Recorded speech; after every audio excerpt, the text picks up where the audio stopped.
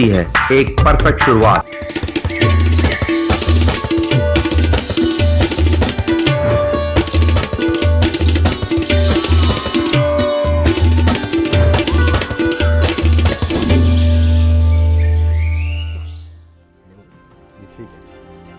नमस्कार, नया सवेरा के एक और बहुत ही खास अंक में, विशेष अंक में आप सभी दर्शकों का बहुत बहुत स्वागत है। मैं हूं असीम मिश्रा और मेरे साथ हैं मेरे सहयोगी आंचल। नमस्कार।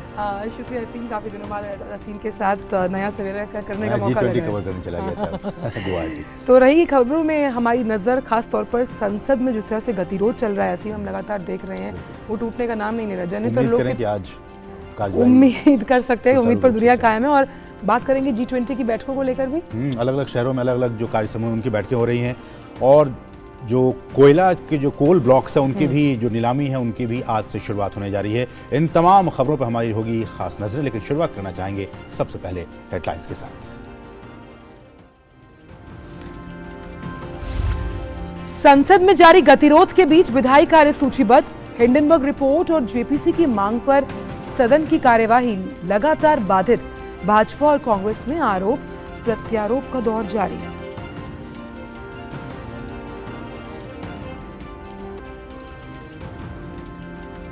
भारत की अध्यक्षता में G20 की बैठकों का सिलसिला जारी। मुंबई में पहली G20 व्यापार और निवेश कार्य समूह की बैठक का केंद्रीय मंत्री पीयूष गोयल करेंगे औपचारिक तौर पर उद्घाटन।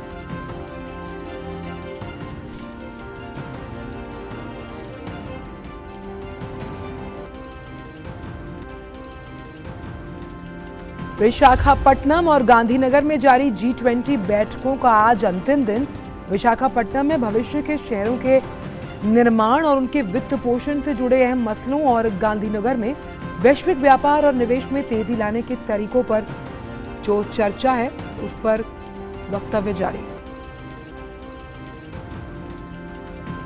भारत आज SCO के राष्ट्रीय सुरक्षा सलाहकारों और शीर्ष सुरक्षा अधिकारियों की बैठक की मेजबानी करने के लिए तैयार। चीन और पाकिस्तान भी वर्चुअल तरीके से हो सकते हैं शामिल। क्षेत्रीय संपर्क, उग्रवाद और सीमा पार आतंकवाद से संबंधित मुद्दों पर होगी चर्चा। कोयला ब्लॉक के 7वें दौर की नीलामी आज से होगी शुरू। कोयला मंत्रालय राष्ट्र के आर्थिक विकास और कोयला क्षेत्र में आत्मनिर्भरता हासिल करने के लिए प्रतिबद्ध।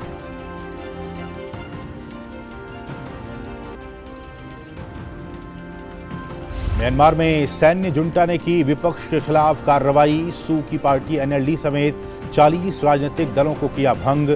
नए सैन्य मसौदे के तहत फिर से पंजीकृत करने में विफल रहने पर की कार्रवाई।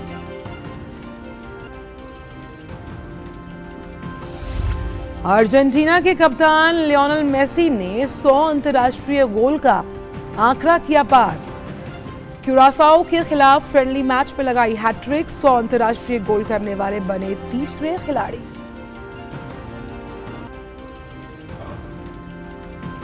मैड्रिड ओपन बैडमिंटन में आज भारत के शीर्ष खिलाड़ियों पर होगी निगाहें। पहले दौर का मुकाबला खेल रहे चिराग और सात्विक की नजरें सीजन के दूसरे खिताब पर, तो वहीं सिंधु और श्रीकांत से भी बनी रहेंगी उम्मीदें।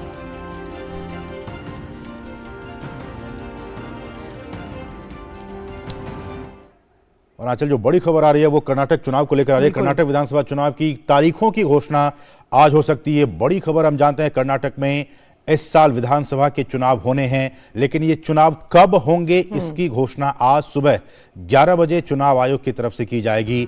हम जानते हैं कि चुनाव आयोग की तरफ से आज सुबह 11 बजे कर्नाटक विधानसभा की तारीखों की घोषणा आज की जा सकती है। और ये इस वक्त की बड़ी खबर, चुनाव आयोग तारीखों का ऐलान करेगा। कितने चरणों में होंगे, कौन कौन सी तारीख में कर्नाटक विधानसभा के चुनाव होंगे, इस पर से पर्दा आज उठ जाएगा। सुबह 11:30 बजे दक्षिण भारत का बहुत ही अहम राज्य कर्नाटक और यहाँ की विधानसभा की चुनाव के लिए आज तारीखों का ऐलान कर दिया जाएगा चुनाव आयोग की तरफ से। ये इस वक्त की बड़ी खबर, बहुत ही महत्वपूर्ण खबर। हमारे साथ हमारे सहयोगी शिशिर इस वक्त ताज़ा अपडेट के साथ मौजूद हैं। शिशिर, बहुत से लोग ऋषि जुड़ गए हमारे साथ इस बड़ी खबर पर। तो कर्नाटक विधानसभा चुनावों की जो तारीखें हैं उसकी घोषणा आपसे कुछ ही देर में ऋषि होगी। बेहद महत्वपूर्ण है। जिस तरीके से कर्नाटक को लेकर तमाम चुनाव की जो तैयारियां चुनाव आयोग ने की है, हमने देखा था कि चुनाव आयोग का पूरा दल मुख्य चुनाव आयुक्त के नेतृत्व में कर्नाटक में उन्होंने दौरा किया था। और उसके बाद जैसे कि हम जानते हैं, सभी चुनाव से संबंधित जो तमाम जो वहाँ की चुनाव मशीनरी है, उनके साथ सीधा संवाद और उनके साथ दिशा निर्देश का ये पूरी प्रक्रिया है जो आयोग की तरफ से पूरी कर लेने के बाद अब ये तय था कि चुनावों की जो तारीखों का जो ऐलान है वो कभी भी हो सकता है।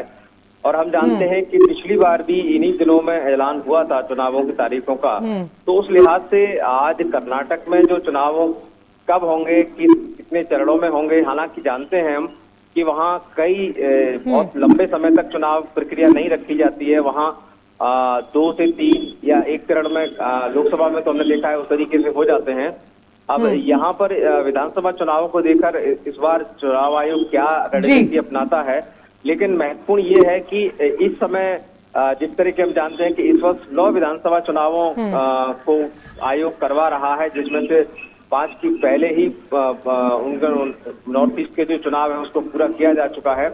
उस लिहाज से अब दक्षिण भारत में ये जो कर्नाटक है बेहद महत्वपूर्ण राज्य है और यहाँ की तारीखों के ऐलान के बाद निश्चित तौर से जो चुनावी सरगर्मियां हैं वो बढ़ जाएंगी। ऋषि, हमने अभी देखा था कि कुछ हफ्तों पहले जो चुनाव आयोग से जुड़े अधिकारी हैं उन्होंने कर्नाटक राज्य का दौरा किया, वहाँ अलग अलग राजनीतिक दलों से वो आयोग मिला, अपने सुझाव साझा किए।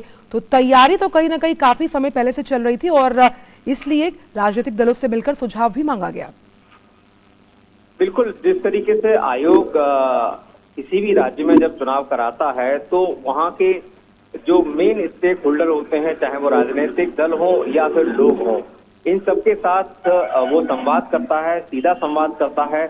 और लोगों के रूप में जो तमाम सामाजिक संगठन होते हैं उनके साथ संवाद होता है। और उसके बाद जो चुनाव मशीनरी की जो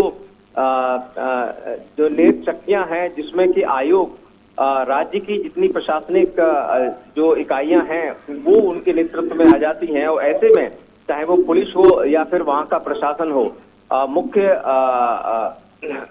जो चीफ सेक्रेटरी से लेकर और जो डीजीपी हैं उन सब के साथ उनका सीधा संवाद रहता है। और जो डिप्लॉयमेंट है उसको लेकर भी आयोग गृह मंत्रालय के साथ संपर्क में रहता है कि किस तरीके से पैरामिलिट्री फोर्सेज की तैनाती है वो सभी पूर्ति गृह मंत्रालय की तरफ से करवाई जाती है। तो एक पूरी प्रक्रिया है जिसमें आयोग के पास जो प्रदत्त शक्तियां हैं वो चुनाव के समय पर बढ़ जाती हैं और ऐसे में आयोग स्वतंत्र और निष्पक्ष होकर चुनाव कराने में वैसे भी चुनाव आयोग कई कोशिशें कर रहा है कि कैसे मत प्रतिशत को बढ़ाया जाए, मताधिकार की जो जागरूकता है उसे बढ़ाया जाए। और ये जो हमने खबरें सुनी थी आज से कुछ दिन पहले जब चुनाव आयुक्त ने कहा था कि वोट फ्रॉम होम की सुविधा कर्नाटक के इन विधानसभा चुनावों में दी जाएगी, खास तौर पर जो दिव्यांगजन है उन्हें और बुजुर्गों को, जिसकी बाद में वीडियोग्राफी भी की जाएगी। देखिए, ये जो प्रक्रिया है ये इस समय चल रही है और जो 80 वर्ष और 80 वर्ष से अधिक के लोग हैं और दिव्यांगजन हैं उनके लिए आयोग ने यह सुविधा पहले से ही शुरू कर रखी है और निश्चित तौर से कर्नाटक में भी ये रहेगी। और इसमें बड़ी बात ये होती है कि मतदाताओं को, इस श्रेणी के मतदाताओं के पास ये स्वैच्छिक रूप से अधिकार होता है कि वो चाहें तो अपने घर से वोट करें, अन्यथा आयोग की कोशिश है कि उनको सारी सुविधाएं प्रदान करके उनको बूथ तक ले जाने और लाने का जो जी ऋषि, तो कुल मिलाकर आंचल जैसा कि आप कह रही हैं कि वहाँ पे चुनाव आयोग की तरफ से बहुत दिनों पहले से ही सारी तैयारियां की जा चुकी हैं। वहाँ के जो राज्य चुनाव अधिकारी हैं उनके साथ बातचीत हो चुकी है, जो पुलिस ऑफिसर्स हैं उनके साथ बातचीत हो चुकी है, जो पॉलिटिकल पार्टीज के जो लोग हैं उनके साथ भी उनके सुझाव लिए जा चुके हैं। तो ये बहुत ही महत्वपूर्ण खबर इस वक्त की कि कर्नाटक विधानसभा की चुनाव की तारीखों का ऐलान आज होगा। सुबह 11:30 बजे निर्वाचन आयोग की तरफ से, भारत निर्वाचन आयोग की तरफ से तारीखों का ऐलान किया जाएगा। हम जानते हैं कि कर्नाटक में कुल 224 विधानसभा की सीटें हैं और उन 224 विधानसभा सीटों में से कुल 224 सीटों पर इस बार भी चुनाव होने वाले हैं। हमारे साथ ऋषि लगातार बने हुए हैं। ऋषि, 224 विधानसभा की सीटें हैं वहाँ पे, हम जानते हैं कि वहाँ पे अभी बीजेपी की सरकार है। क्या बीजेपी चाहेगी इस बार भी उस पूरे इलेक्शन को जीतना, रिटेन करना सत्ता को, और इसके लिए क्या कुछ रणनीति बीजेपी की तरफ से? ये तो बहुत ही मौलिक बात है कि कोई भी पार्टी जब चुनाव में जाती है तो सत्ता में आने के लिए ही वो संघर्ष करती है और ऐसे में जब कोई पार्टी पहले से ही सत्ता में है तो निश्चित तौर से उनकी जो पूरी रणनीति है वो सत्ता में वापसी की रहेगी। और इसके लिए बीजेपी ने तमाम इससे पहले जो तमाम जो घोषणाएं हैं, जो उनके जो प्रयास हैं, जो राजनीतिक, तो कहीं ना कहीं कैंडिडेट्स के नॉमिनेशन फाइल करने के लिए सुविधा ऐप लॉन्च किया जाएगा। सबसे अहम बात है जो मैं पढ़ पा रही हूँ यहाँ पर वो ये है कि अगर आपने किसी कैंडिडेट का नॉमिनेशन कैंसिल किया या कि क्रिमिनल बैकग्राउंड है, उसकी जानकारी भी आपको पोर्टल पर देनी होगी। और 5 करोड़ से ज़्यादा मतदाता हैं, 224 विधानसभा सीटें हैं। तो देखने वाला बात होगी कि मिशन साउथ जो होता है, तमाम जो राजनीतिक पार्टियां हैं, खासतौर पे कांग्रेस की सियासी ज़मीन खोजने के लिए काफ़ी चुनाव दिलचस्प होने वाला है। जो एक बीजेपी की भी यही कोशिश रहेगी कि उस रिटेन किया जाए, क्योंकि कर्नाटका में कमल का खिलना, उसमें बहुत ज़्यादा स्टेक्स हैं बीजेपी के, क्योंकि बाकी और भी स्टेट्स हैं जहां की भारत बीजेपी चाह रही है कि अपने आप को वहां पे स्टैब्लिश करना। लेकिन कर्नाटक एक ऐसा स्टेट है जहां की बीजेपी सत्ता में है, और बीजेपी और कांग्रेस के बीच में मुझे लगता है कि इस बार जो असली मुकाबला है वही दोनों पार्टियों के बीच। और पता लगेगा 11:30 बजे जब चुनाव की तारीखों का ऐलान किया जाएगा, कितने चरण में चुनाव कराए जाते हैं। इस बड़ी खबर पर रहेगी हमारी नज़र। जैसे जैसे अपडेट्स आते रहेंगे हम आपसे साझा करेंगे, लेकिन फिलहाल नया सवेरा में वक्त एक छोटे से ब्रेक का है।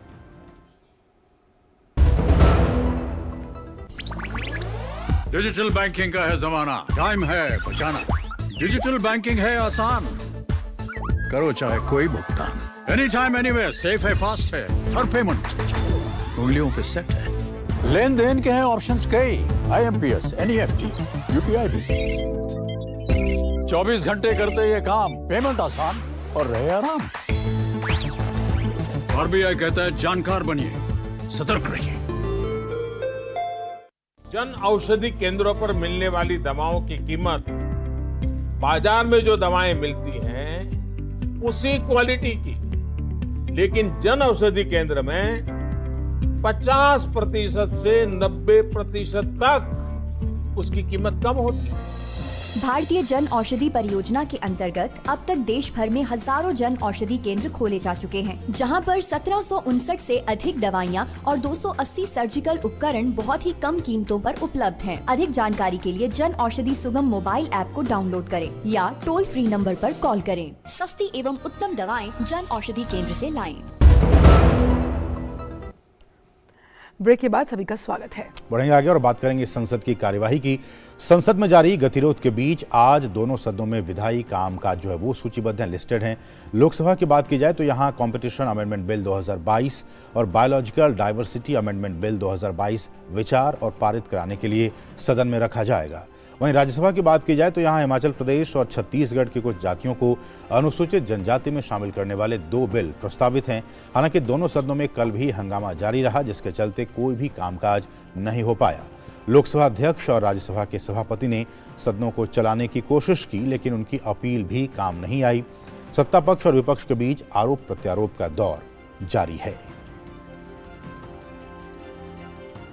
और हमारे संवाददाता नीरज सिंह हमारे साथ जुड़ गए हैं इस बड़ी खबर पर। नीरज, लोकहित जनहित के तमाम मुद्दे उठाने के लिए संसद के सत्र होते हैं, लेकिन गतिरोध टूटने का नाम नहीं ले रहा और अब विपक्ष इस बात पर अड़ा है कि वो अविश्वास प्रस्ताव लेकर आएगा लोकसभा स्पीकर के खिलाफ। देखिए, बिल्कुल आपने देखा भी होगा कि जो बजट सत्र का जो दूसरा चरण है वो काफी महत्वपूर्ण है। कई सारे बिल हैं। सरकार ने शुरुआत में ही कहा था, ऑल पार्टी जब मीटिंग हुई थी उसमें भी इस बात का जिक्र किया था कि वो तमाम इश्यूज पर जिन पर विपक्ष चर्चा करना चाहता है, जिनके जवाब चाहता है, उन पर सरकार जवाब भी देगी और चर्चा भी करेगी। लेकिन जिस तरीके से विपक्ष का पिछले कुछ दिनों से हंगामा पार्लियामेंट के दोनों सदनों में देखने को मिल रहा है, आपने देखा भी होगा कि किस तरीके से कपड़े पहनकर वहां पर काले कपड़े पहनकर प्रदर्शन कर रहे हैं। और कहीं ना कहीं ये बताता है कि जो विपक्ष है वो संसद को चलने नहीं देना चाहता। सरकार ने भी स्पष्ट किया है कि वो विपक्ष के साथ सहयोग करने को तैयार है। दूसरा, अगर आप देखें कि जिसको लेकर विपक्ष लगातार हंगामा कर रहा है, कल हमने देखा कि राहुल गांधी की जिस तरीके से सदस्यता गई थी उसको लेकर लगातार हंगामा हुआ। और जबकि सरकार का ये कहना था कि न्यायालय का ये निर्णय है और न्यायालय के निर्णय को अगर कांग्रेस पार्टी नहीं मानती है तो ये दुर्भाग्यपूर्ण है, क्योंकि इससे पहले आपने देखा भी होगा कि यही न्यायालय थे जब राहुल गांधी को उन्होंने जमानत दी थी। इसके अलावा सोनिया गांधी को भी जमानत मिली थी। उस समय आपने न्यायालय के निर्णय का स्वागत किया था, लेकिन अब जब न्यायालय ने आपके खिलाफ निर्णय दिया है तो आप पूरे देश में एक तरीके से विरोध प्रदर्शन कर रहे हैं, संसद के दोनों सदनों को नहीं चलने दे रहे हैं। जबकि कई सारे जनहित के मुद्दे हैं, कई सारे कानून हैं जिन पर देश के जो लोग हैं वो संसद की तरफ देख रहे हैं कि अगर सरकार उन कानूनों को बनाएगी, उन विधेयकों को पास करेगी तो निश्चित तौर पर देश की तरक्की भी होगी और देश के अंदर रहने वाले लोगों की भी तरक्की होगी। लेकिन लगता है कि विपक्ष का इससे कोई सरोकार नहीं है और वो लगातार हंगामा कर रहा है और आज भी उम्मीद यही की जा रही है कि संसद के दोनों सदन चले, लेकिन जिस तरीके से विपक्ष अड़ा हुआ है लगता नहीं है कि संसद के दोनों सदन सुचारू रूप से चल पाएंगे आचरण। और यही जन सरोकार बहुत ही महत्वपूर्ण है नीरज। हम जानते हैं कि जब दोनों ही सदनों की कार्यवाही चलती है या फिर किसी एक सदन की कार्यवाही चलती है, संसद चलता है, तो एक दिन की बैठक में लाखों रुपए खर्च होते हैं। अगर आप हंगामे के कारण हंगामे की वजह से अगर कार्यवाही नहीं चलती है तो जनता की गाढ़ी कमाई, जनता के पैसे की बर्बादी होती है और इसका सीधा सीधा जिम्मेदार विपक्ष दिखाई दे रहा है, चाहे वो बीते सेशन की बात हो या फिर इस सेशन की बात हो। देखिए बिल्कुल विरोध की भी एक सीमा होती है असीम। हमने देखा है कि लोकतंत्र में विरोध होता है, आप अपनी बात को रख सकते हैं, वाद विवाद भी होता है, लेकिन इस तरह का विरोध करना कि सत्र को चलने ही ना देना, जबकि बड़ी संख्या में ऐसे भी सांसद चुनकर आते हैं जो पहली बार सवाल पूछना चाहते हैं, वो अपने इलाके की समस्याओं को सॉल्व कराना चाहते हैं, संसद के अंदर जो चर्चा है उसमें भाग लेना चाहते हैं। लेकिन आप देखें कि जिस तरीके का विरोध प्रदर्शन हो रहा है, लाखों करोड़ों रुपए प्रतिदिन व्यय हो रहे हैं और वो आम जनता की गाढ़ी कमाई है। वही आम जनता जो इनको चुनकर संसद में भेजती है और उम्मीद करती है कि ये संसद में बैठकर उनकी भलाई के लिए काम करेंगे, लेकिन जिस तरीके का प्रदर्शन ये लोग कर रहे हैं उसे देखकर लगता है कि जनता से इनका कोई सरोकार नहीं है, वो सिर्फ विरोध करना चाहते हैं। और आपने देखा भी होगा कि विरोध एक इस स्तर पर पहुंच गया है कि आप सरकार के खिलाफ विरोध करते करते आप व्यक्तिगत विरोध पर उतर आए, तो ये निश्चित तौर पर लोकतंत्र के लिए ठीक नहीं है और जनता भी देख रही है कम से कम कि इस तरह विपक्ष की जो भूमिका है वो बिल्कुल स्वीकार नहीं की जा सकती। आप सरकार के साथ विवाद करिए, सरकार के साथ संवाद करिए, लोकतंत्र में वाद विवाद दोनों जरूरी है, लेकिन इस तरह का विरोध करना, इस तरह का गतिरोध करना, ये कम से कम लोकतंत्र के इतिहास के लिए ठीक नहीं है और आने वाले समय में जनता देखेगी कि हमारे सांसद किस तरह का बर्ताव संसद के अंदर करते हैं। और विडंबना यह है कि जिस लोकतंत्र के मंदिर की दुहाई राहुल गांधी देते हैं, विदेशी सरजमी पर जाकर विपक्ष के वही सांसद वेल में आकर तख्तियों को लेकर कहीं ना कहीं विरोध प्रदर्शन करते हैं। बहुत बहुत शुक्रिया नीरज इन तमाम जानकारियों को हमसे साझा करने के लिए। अब बात करते हैं G20 से जुड़ी बैठकों को लेकर। भारत की अध्यक्षता में देश भर में G20 की बैठकों का सिलसिला जारी है। मुंबई में पहली G20 व्यापार और निवेश कार्य समूह की बैठक का केंद्रीय मंत्री पीयूष गोयल आज औपचारिक रूप से उद्घाटन करेंगे। G20 व्यापार और निवेश कार्य समूह की पहली बैठक कल अनौपचारिक तौर पर मुंबई में शुरू हुई थी। इसमें सदस्य देशों के 100 से ज्यादा प्रतिनिधि, आमंत्रित देश, क्षेत्रीय समूह, अंतर्राष्ट्रीय संगठनों ने भाग लिया। 2 पैनल परिचर्चाओं के दौरान प्रतिनिधियों ने वैश्विक व्यापार और निवेश बढ़ाने के उपायों पर विचार विमर्श किया। हमारे साथ हमारी सहयोगी श्यामा मिश्रा इस वक्त मुंबई से ताज़ा अपडेट के साथ मौजूद हैं। श्यामा, G20 की जो अलग अलग कार्य समूह है उनके बैठकें देश के अलग अलग हिस्सों में बहुत ही अच्छे तरीके से चल रही है। मुंबई में बहुत ही महत्वपूर्ण आज G20 व्यापार और निवेश कार्य समूह की बैठक है। मुंबई हम जानते हैं कि व्यापार की नगरी है, बिजनेस हब है। क्या कुछ बातें, क्या कुछ पॉइंट्स इस मीटिंग से निकलने की हम उम्मीद कर सकते हैं? जी देखिए असीम, 3 दिन की ये बैठक है और पहला दिन कल हम देख चुके हैं, बड़ा एक्शन पैक्ड रहा। 2 सेशंस हुए इंटरनेशनल ट्रेड फाइनेंस पर।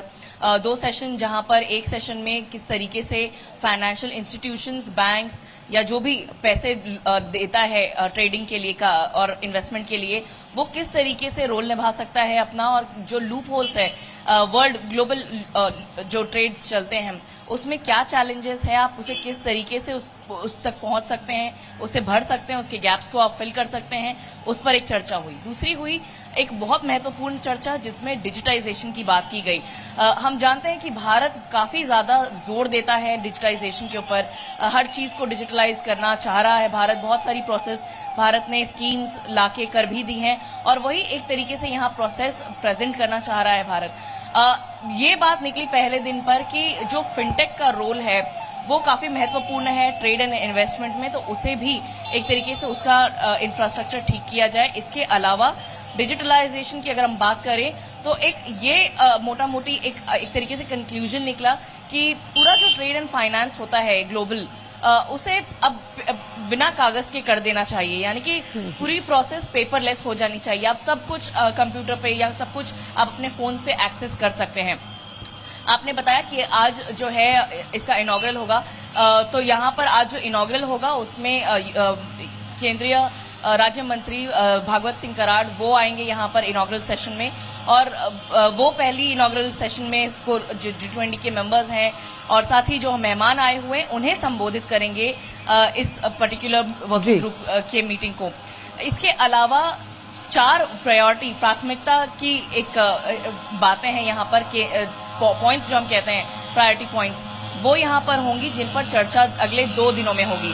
तो डेलिबरेशन की अगर हम बात करें, मेन मुख्य चर्चाओं की बात करें तो वो आज से शुरू होगी, जहां पर सबसे पहला कि अगर आप पूरे विश्व में बढ़ोतरी और प्रॉस्पेरिटी लाना चाहते हैं ट्रेड से, तो वो किस तरीके से होगा, ट्रेड का क्या रोल होगा, वो यहाँ पर चर्चा की जाएगी। इसके अलावा किस तरीके से आप लॉजिस्टिक्स को कम कर सकते हैं, लॉजिस्टिक्स को इंफ्रास्ट्रक्चर बढ़ा सकते हैं और उसके पैसे, उसके आप कॉस्ट को कम कर सकते हैं। तीसरा होगा कि आप एमएसएमईज को कैसे इंटीग्रेट करें पूरे विश्व के ट्रेड के साथ में। और चौथा अगर हम बात करें प्राथमिकता की केंद्र जो है वो ग्लोबल वैल्यू चेन, उसे आप कैसे सुदृढ़ बनाएं। तो पहले जो दिन पर होगा वो 2 पॉइंट्स होंगे जिसमें trade for growth and prosperity and दूसरा ग्लोबल वैल्यू चेन, ये दोनों डिस्कशन किया जाएगा। जो इसके बाद में दूसरी मीटिंग होगी उसमें 5वां प्राथमिकता का एक पॉइंट लिया जाएगा जिसमें वर्ल्ड ट्रेड ऑर्गेनाइजेशन की पॉइंटर्स को भी एक तरीके से हम कहते हैं कि जो एक्सेलरेटिंग सिस्टम होता है उनका, उसे भी इन सब चीजों में लाया जाएगा, चर्चा की जाएगी। लेकिन फिलहाल अगर हम बात करें ट्रेड एंड प्रॉस्पेरिटी के बारे में आपको मैं बता ही चुकी हूँ। ग्लोबल वैल्यू चेन, जब कोविड हुआ और पैंडेमिक हुआ तो ये सामने आया कि कई सारे लूपहोल्स अभी भी हैं ग्लोबल वैल्यू चेन में, उसे आप कैसे ठीक करें। बिल्कुल उसका जिक्र, बिल्कुल श्यामा, ग्लोबल वैल्यू चेन कैसे डिस्ट्रप्शन ना हो, ट्रेड एंड फाइनेंस रिलेटेड है, बिल्कुल उस पर चर्चा होगी। बिल्कुल ग्लोबल वैल्यू चेन्स की डिस्ट्रप्शन को कैसे रोका जाए, इसका जिक्र प्रधानमंत्री ने इंडोनेशिया के बाली में भी जब अध्यक्षता ली थी, भारत की झोली में आई थी, तब भी कहा था उसे कैसे सुदृढ़ किया जाएगा फिनटेक के माध्यम से। ये बहुत अहम होगा। बहुत बहुत शुक्रिया श्यामा इन तमाम जानकारी को हमसे साझा करने के लिए। खासकर पोस्ट कोविड के बाद तो और भी ये चीजें बहुत ही इंपॉर्टेंट हो जाती है। उस सप्लाई चेन को आप दुरुस्त करके रखिए। बढ़ेंगे आगे और बात करेंगे दूसरे जो कार्य समूह है G20 के तहत चंडीगढ़ में आज से कृषि कार्य समूह की दूसरी कृषि प्रतिनिधि बैठक आयोजित की जा रही है। इस 3 दिवसीय महत्वपूर्ण बैठक में भारत के साथ 19 सदस्य राष्ट्र और 10 आमंत्रित देशों और 10 अंतर्राष्ट्रीय संगठनों के प्रतिनिधि हिस्सा ले रहे हैं। बैठक में टिकाऊ कृषि और खाद्य सुरक्षा के मुद्दे पर विचार विमर्श होगा। इस बैठक के पहले दिन आज AMIS त्वरित प्रतिक्रिया फोरम का आयोजन किया जाएगा। बैठक के दूसरे और तीसरे दिन सदस्य देश विज्ञप्ति का मसौदा तैयार करने पर अपना ध्यान केंद्रित करेंगे। इनमें खाद्य सुरक्षा और पोषण, जलवायु के प्रति स्मार्ट दृष्टिकोण के साथ टिकाऊ कृषि, समावेशी कृषि, मूल्य श्रृंखला और खाद्य प्रणाली तथा कृषि परिवर्तन के लिए डिजिटलीकरण जैसे मुद्दे शामिल हैं। वहीं बात अगर आंध्र प्रदेश की करें तो विशाखापट्टनम में जारी 2 दिवसीय G20 इंफ्रास्ट्रक्चर वर्किंग ग्रुप की दूसरी बैठक के दूसरे दिन सुबह सवेरे समुद्र तट पर प्रतिनिधियों के लिए हेल्थ रिट्रीट का आयोजन किया गया। रिट्रीट के दौरान प्रतिनिधियों को योग, ध्यान, सात्विक भोजन से परिचित करवाया गया। इसके बाद जो IWG के बाकी एजेंडे हैं उस पर चर्चा जारी है। आज 4 सेशंस होने वाले हैं। ग्लोबल इंफ्रास्ट्रक्चर हब के भविष्य को अंतिम रूप देना, समावेशी शहरों को सक्षम बनाने वाली शहरी सेवाओं की पहुंच को बढ़ाना, अवसर पैदा करना, कल के शहरी प्रशासन की क्षमता निर्माण की संरचना और रूपरेखा बनाना, इंफ्रा ट्रैकर 2.0 जैसे विषयों पर चर्चा होगी। उसके बाद आधिकारिक रूप से IWG बैठक की समाप्ति हो जाएगी। वहीं उत्तराखंड में G20 शिखर सम्मेलन का पहला आयोजन नैनीताल जिले के रामनगर में हो रहा है। इसमें लगभग 70 विदेशी प्रतिनिधि महामारी और रोग नियंत्रण से निपटने, वैज्ञानिक ज्ञान तक पहुंच बढ़ाने के वैश्विक प्रयासों में समन्वय, विविधता, समावेशिता और समावेशी विज्ञान और प्रौद्योगिकी के संबंध में निरंतर और कार्रवाई उन्मुख वैश्विक नीति पर चर्चा कर रहे हैं। उत्तराखंड की संस्कृति को सड़कों के किनारे दीवारों पर भी उकेरा गया है। भित्ति चित्र उत्तराखंड की जीवन शैली और संगीत वाद्य यंत्रों को भी दर्शाता है। प्रतिनिधियों को उत्तराखंड का पारंपरिक भोजन भी परोसा जाएगा। आयोजन के अंतिम दिन 30 मार्च को प्रतिनिधि जिम कॉर्बेट राष्ट्रीय उद्यान के भ्रमण पर भी जाएंगे। बात गांधीनगर की करते हैं, जहां चल रही पर्यावरण जलवायु स्थिरता कार्य समूह की दूसरी बैठक का आज अंतिम दिन। बैठक में कल G20 प्रतिनिधियों ने सम्मिलित और कार्य प्रधान नतीजों पर जोर देने के साथ निर्धारित प्राथमिकताओं संबंधी प्रमुख मुद्दों पर चर्चा की। बैठक के दौरान G20 देशों के बीच सहयोग और जलवायु परिवर्तन के समाधान के लिए समावेशी आम सहमति वाला दृष्टिकोण अपनाने और कार्यों में संलग्न होने की आवश्यकता पर जोर दिया गया। बैठक में कहा गया कि जल संसाधन संरक्षण और निरंतर विकास की महत्वपूर्ण भूमिका को पहचानने के लिए एकीकृत दृष्टिकोण आवश्यक है। हमारे साथ हमारे सहयोगी मेघना इस वक्त ताज़ा अपडेट के साथ जुड़ गई हैं गांधीनगर से। मेघना, जलवायु को लेकर हम बहुत सारी बातें करते हैं, प्रधानमंत्री ने एक लाइफस्टाइल का मंत्र भी दिया, कार्बन न्यूट्रल होने की बात भारत लगातार करता रहा, लेकिन इसमें इस G20 जैसे एक वैश्विक मंच पे भारत किस तरह से इन बातों को रख रहा है और जो बाकी कंट्रीज हैं वो किस तरह से इस बातों को एक्सेप्ट कर रहे हैं, कैसे उस दिशा में वो आगे बढ़ें, इसको लेकर एक खाका तैयार करने की कोशिशें G20 देशों की तरफ से की जा रही है। देखिए असीम, जिस तरीके से हम देख रहे हैं, जो बातचीत पिछले 2 दिनों से यहाँ इस एनवायरनमेंट और सस्टेनेबिलिटी वर्किंग ग्रुप मीटिंग में हो रही है, उस मीटिंग में साफ तौर पर वाटर मैनेजमेंट, वाटर कंजर्वेशन के ऊपर मेजर फोकस दिया जा रहा है। उसके साथ ही आज ब्लू इकोनॉमी पर भी बातचीत होगी। हम देख रहे हैं कि सर्कुलर इकोनॉमी पर भी बातचीत हो रही है। हम जानते हैं कि ब्लू इकोनॉमी बहुत अहम है, इसलिए भी चूंकि हम जानते हैं इतना बड़ा कोस्टल बेल्ट है, खास तौर पर अगर हम देखें तो भारत में भी इतना बड़ा कोस्टल बेल्ट है, काफ़ी ज़्यादा जो जनसंख्या है वो कोस्टल इकोसिस्टम पे निर्भर है, तो ये एक बहुत अहम सब्जेक्ट है। उसके साथ ही कई अगर हम देखें तो कल प्रेजेंटेशंस कुछ किए गए थे, जिसमें नमामि गंगे का प्रेजेंटेशन किया गया था, उसके साथ ही जल जीवन मिशन और ऐसे कई जो प्रोजेक्ट्स हैं उनके प्रेजेंटेशंस किए गए थे, जिसमें काफ़ी ज़्यादा इंटरेस्ट डेलीगेट्स ने दिखाया और उसके साथ ही फीडबैक भी जनरेट किया गया कि किस तरीके से इसे और कहाँ इसके बेस्ट प्रैक्टिसेस हैं, किस तरीके से इसे इम्प्लीमेंट किया जा सकता है। लोगों ने अपने देशों में भी, जो डेलीगेट्स ने अपने देशों में इस किस्म के प्रोजेक्ट्स देखे हैं, उन पर भी चर्चा हुई, बात हुई।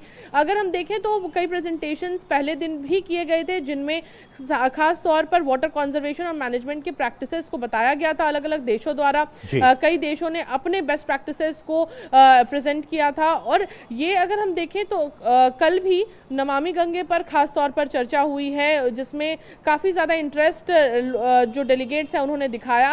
उन्होंने बोला कि किस तरीके से डॉल्फिन्स की जो संख्या है वो बढ़ी है, किस तरीके से घड़ियाल की संख्या बढ़ी है, तो ये एक इकोसिस्टम जो एनरिच हुआ है उसके कारण ही ये जो रिजल्ट्स हैं वो अचीव किए जा सके हैं, तो इस पर काफ़ी ज़्यादा इंटरेस्ट नजर आया। चलिए मेघना, बहुत बहुत शुक्रिया इन तमाम ताज़ा अपडेट्स को गांधीनगर से हम तक पहुंचाने के लिए आपका बहुत बहुत शुक्रिया। हम बढ़ते हैं आगे, बात करते हैं शंघाई सहयोग संगठन को लेकर, जिसके राष्ट्रीय सुरक्षा सलाहकारों की आज नई दिल्ली में बैठक हो रही है। चीन और पाकिस्तान के प्रतिनिधियों की वर्चुअल तरीके से इस बैठक में हिस्सा लेने की उम्मीद है। SCO NSA स्तर की बैठक में NSA अजीत डोभाल उद्घाटन भाषण दे सकते हैं। गौरतलब है कि इससे पहले पाकिस्तान ने काशी में आयोजित SCO पर्यटन प्रशासन के प्रमुखों की बैठक में भी हिस्सा लिया था।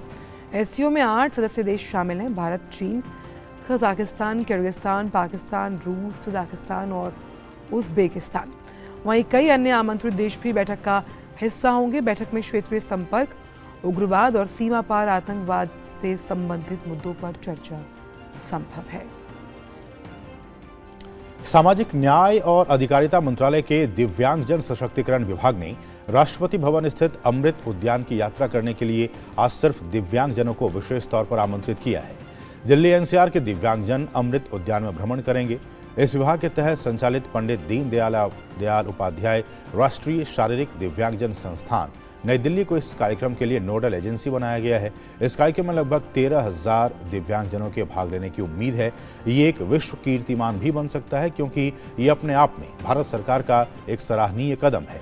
दिव्यांगजन सशक्तिकरण विभाग के तहत आयोजित इस कार्यक्रम में दिव्यांगजन संस्थान और अन्य संस्थान, स्कूल और गैर सरकारी संगठन, दिल्ली सरकार का समाज कल्याण विभाग, शिक्षा विभाग और दिल्ली नगर निगम भी सहयोग कर रहे हैं। ये भी उम्मीद की जा रही है कि देश की राष्ट्रपति इस कार्यक्रम में दिव्यांगजनों से बातचीत करेंगी, जो अपने आप में एक गौरवपूर्ण क्षण होगा। और अमृत उद्यान में दिव्यांगजन जाने वाले हैं, तो सब अपने आप में कीर्तिमान और यूनिक इनिशिएटिव है। हाँ, अच्छा इनिशिएटिव है। और वक्त फिलहाल एक छोटे से ब्रेक का।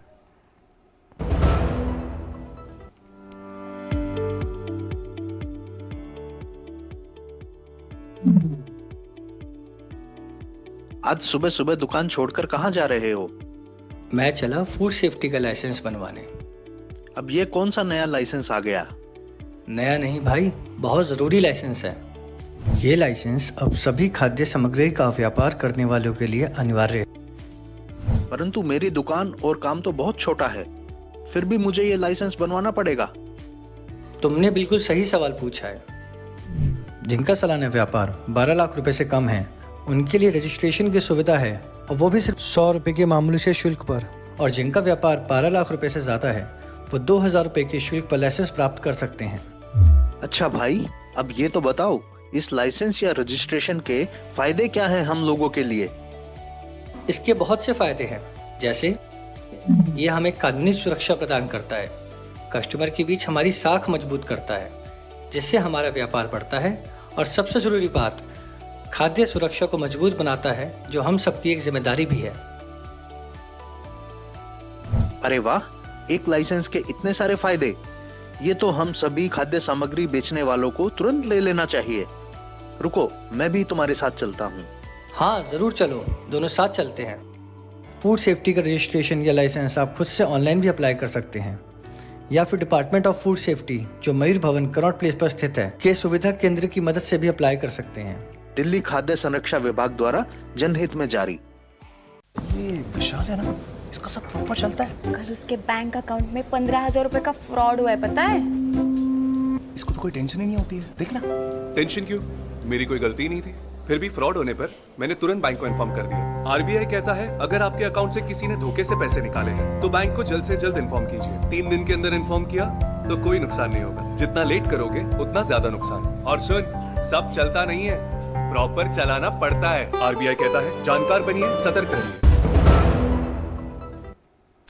ब्रेक के बाद सभी का स्वागत है। और अब बात करेंगे पद्म पुरस्कारों की। जमीनी स्तर पर अपने प्रयासों से सामाजिक बदलाव ला रहे देश के सामान्य जन, जिन्हें पद्म पुरस्कार प्रदान किया जा रहा है, ऐसे विशेष लोगों के बारे में हम और आप अक्सर कम ही जानते हैं। इनके जीवन संघर्षों को देशवासियों तक पहुंचाने के लिए डीडी न्यूज ने एक शुरुआत की, एक विशेष श्रृंखला की, जिसका नाम है हमारे पद्म। आज हम आपको बता रहे हैं नागालैंड के प्रख्यात संगीतकार और नव प्रवर्तक मोआ सुबोंग के बारे में, जिन्होंने बम हम नामक वाद्य यंत्र का आविष्कार किया है। साथ ही मोआ सुबोंग नागा लोक कथाओं को लोक लुभावने गीत संगीत के जरिए लोगों के सामने प्रस्तुत करते हैं।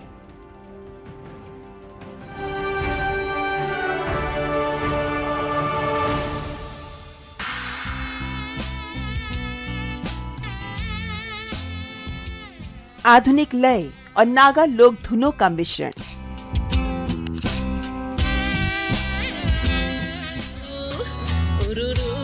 ये है नागालैंड के दीमापुर के मोआ सुबोंग का बैंड एबियोजेनेसिस, जिसमें अन्य वाद्यों के साथ बजाया जा रहा है बामहम, एक नया वाद्य।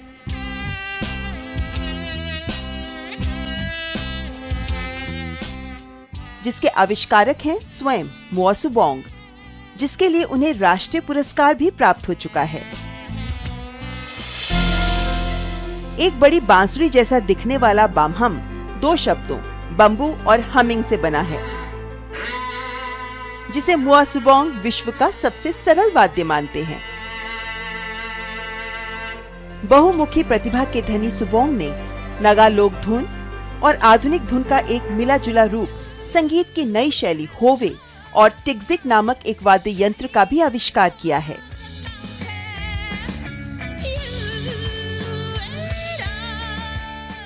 This is the bamham, which I invented, and looks like a flute, but it is not a flute. Necessity is the mother of all invention.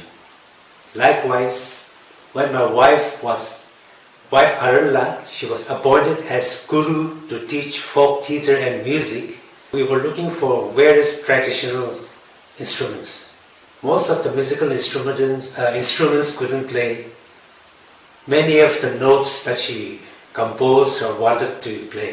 Let's give it a try on guitar or violin, piano. So that triggered me. I said, I must do something. And through many trials and error, this bamham came about. We started this band in the year 91. and we started as a rock band.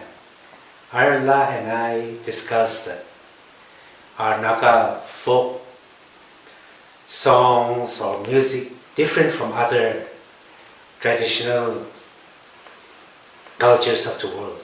So we thought we should incorporate our beautiful sounds into our modern rhythms. अपनी पत्नी अरेनला के साथ सुबोंग नागालैंड की अनकही कहानियों को मधुर गीतों के माध्यम से लोगों तक पहुंचाते हैं। वे 90 के दशक में मादक पदार्थों से युवाओं को संगीत के जरिए बचाने, HIV जैसी सामाजिक मुहिम के साथ भी जुड़े और आदिवासी परंपराओं और संस्कृति के संरक्षण के लिए भी प्रयासरत रहे हैं। And really now what he's doing is, now he wants to change the music for the Northeast and especially our folk songs, and he create a music instrument also. Now the Northeast artists, they are so happy, we are proud of that, and they give a lot of encourage to the artists, because to the artists now on they give big recognitions to the grassroots artists. Nagaland लोक कथाओं की भूमि है, जहां संगीत जीवन का एक अभिन्न अंग है। विभिन्न जनजातियों के पास ताती, ठेकू, असेम, जेमजी जैसे पारंपरिक वाद्य यंत्र हैं, जो उनके रीति रिवाजों को महत्व प्रदान करते हैं। ऐसे में बदलते वक्त के साथ नए दौर के आधुनिक रॉक संगीत के साथ परंपरागत नागा संगीत का फ्यूजन कर युवाओं को नागा संस्कृति की ओर आकर्षित कर रहे हैं मुआ सुबोंग। नागालैंड के गायक, संगीतकार, गीतकार एवं इनोवेटर मुआ सुबोंग को पद्मश्री पुरस्कार के लिए हार्दिक बधाई।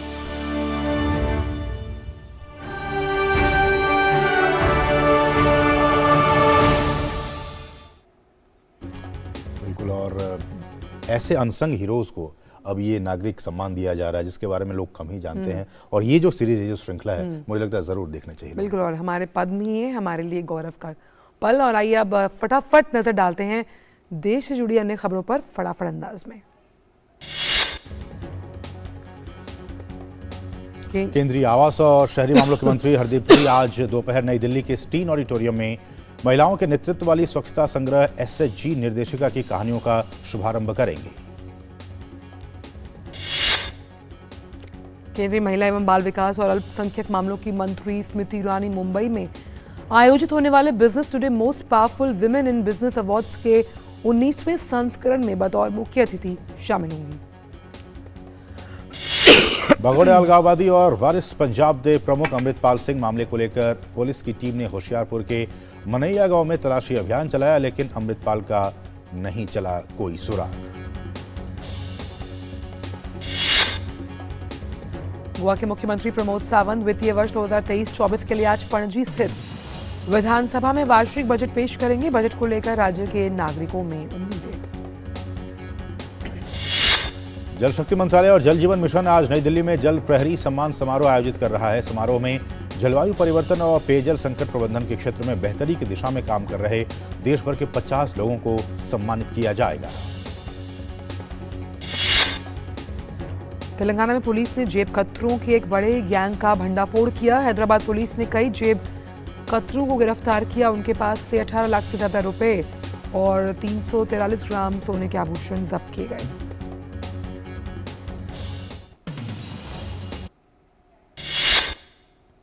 बढ़ेंगे आगे और अब कुछ अंतर्राष्ट्रीय खबरों पर डालेंगे नजर।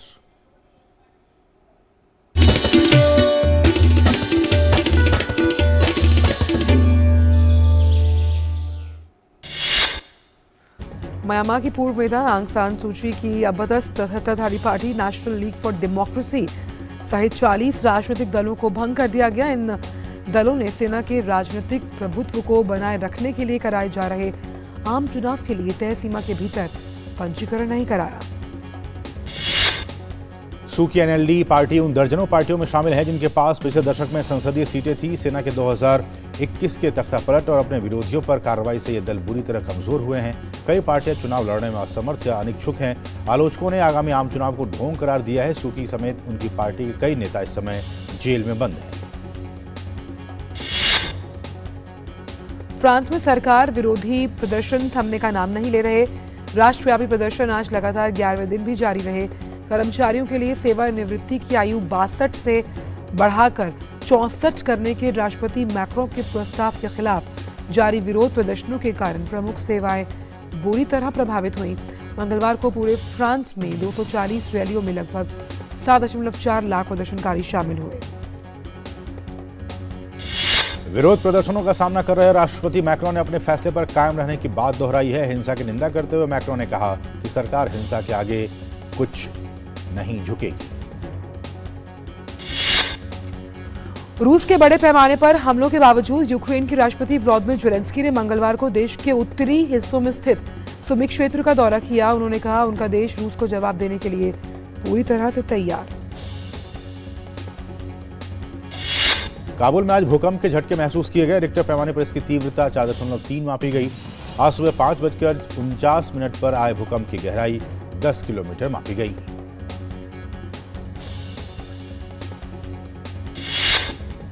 वक्त एक थोड़े से ब्रेक का।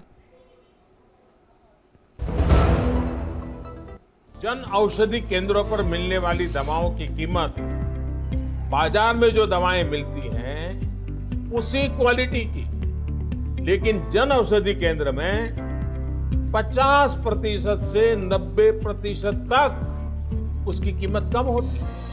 भारतीय जन औषधि परियोजना के अंतर्गत अब तक देश भर में हजारों जन औषधि केंद्र खोले जा चुके हैं, जहां पर 1759 से अधिक दवाइयां और 280 सर्जिकल उपकरण बहुत ही कम कीमतों पर उपलब्ध हैं। अधिक जानकारी के लिए जन औषधि सुगम मोबाइल ऐप को डाउनलोड करें या टोल फ्री नंबर पर कॉल करें। सस्ती एवं उत्तम दवाएं जन औषधि केंद्र से लाएं। Hey girls! Hi! Congratulations! आज तो पार्टी चाहिए। चैंपियन के साथ सेल्फी लेंगे। आइडिया, यही करते हैं पार्टी। Pizza party. ये चल अपना कार्ड और पिन दे। मेरे कार्ड की डिटेल्स मैं खुद ही डालूंगी। आरबीआई कहता है अपना पिन, ओटीपी, सीवीवी या इंटरनेट बैंकिंग पासवर्ड किसी के साथ शेयर ना करें। ऑनलाइन बैंकिंग सिर्फ अपने कंप्यूटर, मोबाइल और सिक्योर नेटवर्क से करें। बाय गर्ल्स, कहाँ जा रही है? सुना नहीं? No sharing. आरबीआई कहता है जानकार बनिए, सतर्क रहिए। ब्रेक के बाद सभी का स्वागत। और अब कारोबार जगत की कुछ अहम खबरें।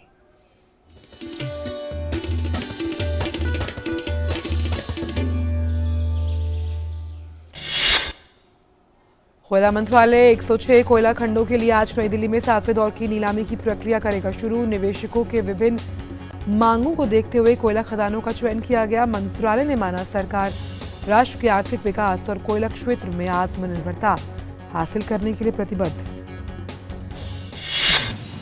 केंद्रीय प्रत्यक्ष कर बोर्ड ने स्थायी खाता संख्या पैन को आधार से जोड़ने की समय सीमा बढ़ाकर इस साल 30 जून तक कर दिया है। इससे पहले यह समय सीमा 31 मार्च 2023 को समाप्त हो रही थी। अगर नई निर्धारित तिथि यानी 30 जून 2023 तक ये काम कराने से चूकते हैं तो फिर आपका पैन कार्ड किसी काम का नहीं रह जाएगा। पहले तय की गई डेडलाइन खत्म होने से 3 दिन पहले ही करदाताओं को ये राहत दी गई है। आपको बता दें कि पैन कार्ड आज के समय में सबसे अहम दस्तावेज बन चुका है। भारतीय अक्षय ऊर्जा विकास संस्था लिमिटेड इरेडा ने वित्त वर्ष 2022-23 के दौरान 16,320 करोड़ रुपए का ऋण वितरण कर एक महत्वपूर्ण उपलब्धि हासिल की। इससे पहले का उच्चतम वार्षिक ऋण वितरण वित्त वर्ष 2021-22 के दौरान 16,071 करोड़ रुपए रहा। वाणिज्य मंत्री पीयूष गोयल ने कहा है कि चालू वित्त वर्ष में भारतीय वस्तुओं और सेवाओं का निर्यात 760 अरब डॉलर के स्तर को पार कर जाएगा। अप्रैल-फरवरी के दौरान वस्तुओं के निर्यात में 7.5% का इजाफा हुआ और ये बढ़कर 405.94 अरब डॉलर से हो गया था। वस्तुओं और सेवाओं दोनों के निर्यात में काफी वृद्धि हुई है।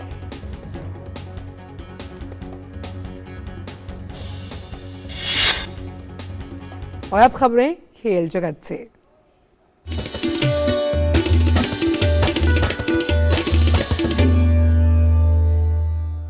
और खेल जगत की खबरों को जानने के लिए एक बार फिर से नजर डालते हैं स्पोर्ट्स रैप पर। भारतीय फुटबॉल टीम ने 3 देशों की ट्राई नेशन इंटरनेशनल फुटबॉल का खिताब जीत लिया है। भारत ने किर्गिस्तान गणराज्य को 2-0 से हराकर ये खिताब अपने नाम किया। 30,000 की क्षमता वाले खचाखच भरे स्टेडियम में भारत के लिए झिंगन और सुनील छेत्री ने गोल किए। मैड्रिड ओपन बैडमिंटन में आज भारत के शीर्ष खिलाड़ी अपने अभियान की शुरुआत करते दिखाई देंगे। युगल चैंपियन बनने वाली सात्विक साईराज और चिराग शेट्टी का सामना पहले दौर में आज जापान की अयातो इंडो और यूता टकाई से होगा। महिला एकल में पीवी सिंधु भी फॉर्म में लौटने की उम्मीद के साथ कोर्ट पर उतरेंगी। पीवी सिंधु की कोशिश आसान जीत के साथ प्रतियोगिता की शुरुआत करने की होगी। उनका सामना स्विट्जरलैंड की जे स्टेडलमैन से होगा। वहीं पुरुष एकल में किदाम्बी श्रीकांत भी आज अपने अभियान की शुरुआत करते दिखाई देंगे।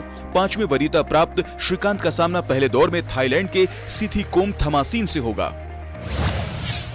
2 बार के ओलंपिक पदक विजेता पीवी सिंधु 6 साल में पहली बार शीर्ष 10 खिलाड़ियों से बाहर हो गई हैं। विश्व बैडमिंटन महासंघ द्वारा जारी ताजा रैंकिंग में सिंधु 2 स्थान के नुकसान के साथ 11वें स्थान पर खिसक गई हैं।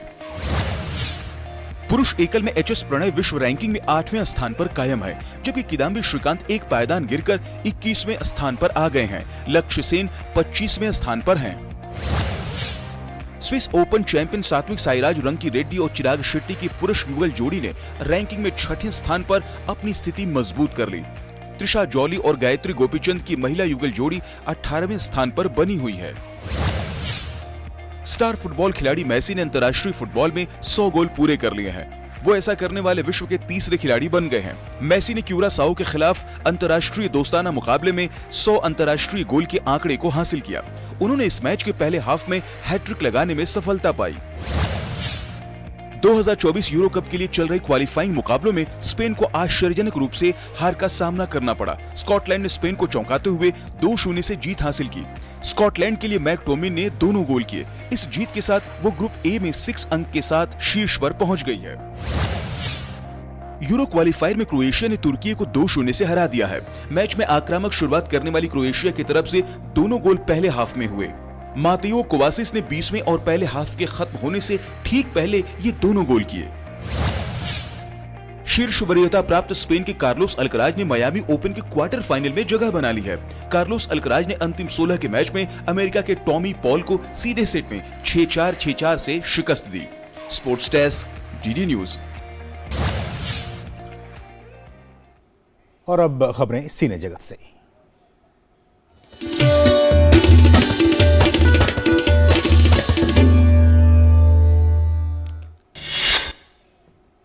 दिग्गज निर्देशक मणिरत्नम की आगामी फिल्म पोन्नियन सेल्वन 2 का ट्रेलर आज रिलीज होगा। फिल्म में अभिनेत्री ऐश्वर्या राय बच्चन मुख्य भूमिका में।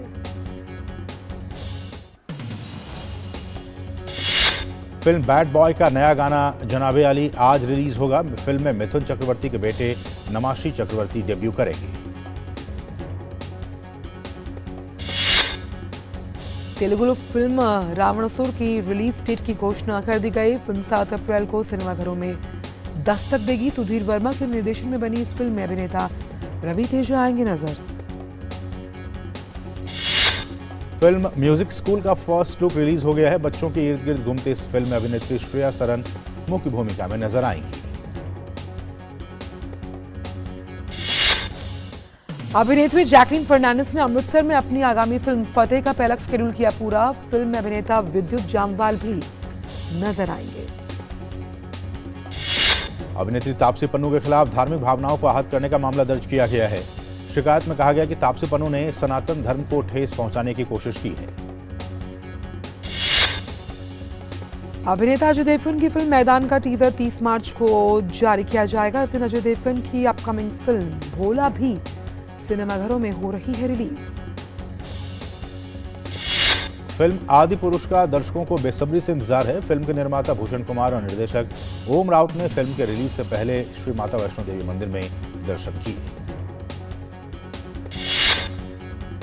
निर्देशक रोहित शेट्टी की पहली Marathi film school college any life का नया गाना रंग बहारा का टीजर हुआ जारी। फिल्म में अभिनेता करण पर्ब मुख्य भूमिका में।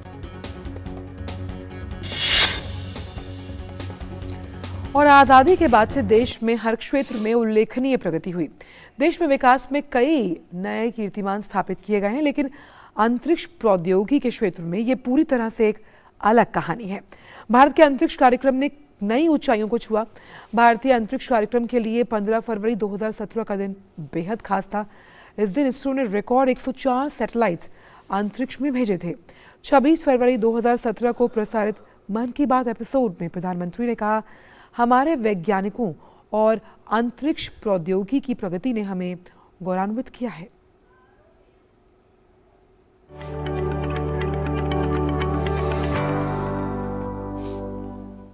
चाहे गरीबी से निपटना हो, बीमारियों से बचना हो, दुनिया से जुड़ना हो, ज्ञान जानकारियां पहुंचाना हो, टेक्नोलॉजी ने, विज्ञान ने अपनी जगह दर्ज करा दी है। 15 फरवरी 2017 भारत के जीवन में गौरवपूर्ण दिवस है। हमारे वैज्ञानिकों ने विश्व के सामने भारत का सर गर्व से ऊंचा किया है और हम सब जानते हैं कि इसरो ने कुछ वर्षों में कई अभूतपूर्व मिशन को सफलतापूर्वक पूर्ण किए हैं।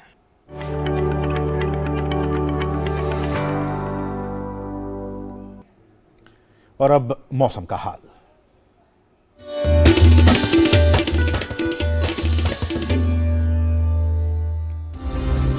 देश भर में एक बार फिर मौसम का मिजाज बदलने वाला है। मौसम विभाग की माने तो 29 मार्च की रात से उत्तर पश्चिम भारत के हिस्सों में बारिश की गतिविधियां नजर आने लगेंगी। वहीं उत्तर पूर्वी भारत और पूर्वी भारत में 30 मार्च से गरज के साथ बारिश का दौर जारी हो सकता है। मौसम विभाग की माने तो बारिश का ये नया दौर 1 अप्रैल तक जारी रह सकता है। वहीं आज नई दिल्ली में आंशिक तौर पर बादल भी छाए रह सकते हैं। मौसम विभाग की माने तो नई दिल्ली में 30 और 31 मार्च को काले बादलों का डेरा रहेगा और साथ ही हल्की बारिश या बूंदाबांदी भी देखने को मिल सकती है। और एक नजर अधिकतम और न्यूनतम तापमानों पर।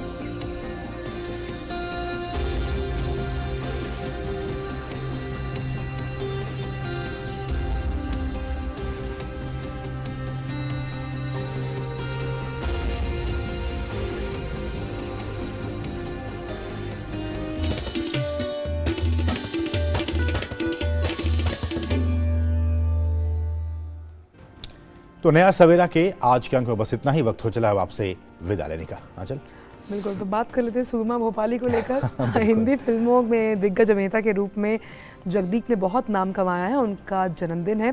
तो नया सवेरा के अंत में जैसे कि हम बात कर रहे थे, आपको छोड़ जाते हैं सूरमा भोपाली के नाम से मशहूर जगदीप जी के प्रसिद्ध डायलॉग और उन पे फिल्माए गए नगमों के साथ। हमें दीजिए इजाजत। नमस्कार। सूरमा भाई माफ कर दो, वो तो मैं माफ कर देता, मगर मुझे इस बात पर गुस्सा कि मेरे इलाके में आ कैसे गए। फिर क्या हुआ? अरे फिर होना क्या था, मैं तो स्टिक रखता हूँ। अब जो मैंने फिन फिनाई तो जना सुधाई कर दी। धटा धट बहुत मारा। फिर क्या हुआ? बस फिर होना क्या था, मैंने दोनों के पकड़ के गले बांध और मैंने कहा। क्या कहा? हाँ, क्या कहा मैंने कहा कि और कोई खिदमत हो मेरे लायक तो आप बताओ मुझे। चली चली रे पतंग मेरी चली रे, चली चली रे पतंग मेरी चली रे, चली बादलों के पार होके डोर पे सवार, सारी दुनिया ये देख देख जली रे, चली चली रे पतंग मेरी चली रे। प्यार किया नहीं जाता, हो जाता है मेरी जान, प्यार किया नहीं जाता, हो जाता है मेरी जान। पहली पहली का आधा मतलब है हाँ, प्यार किया नहीं जाता, हो जाता है मेरी जान। हम पंछी एक डाल के होए संग संग डोले, जे संग संग डोले, संग संग डोले, जे संग संग डोले। बोली अपनी अपनी बोले, बोली अपनी अपनी बोले, जी बोले जी बोले। हाँ संग संग डोले, जी संग संग डोले। हम पंछी एक डाल के 1 2 3 4 क्या है चित चोर? You sing like Kishore, but शादी का दिन? Oh yes, September 8. Oh, very late. Darling, wait.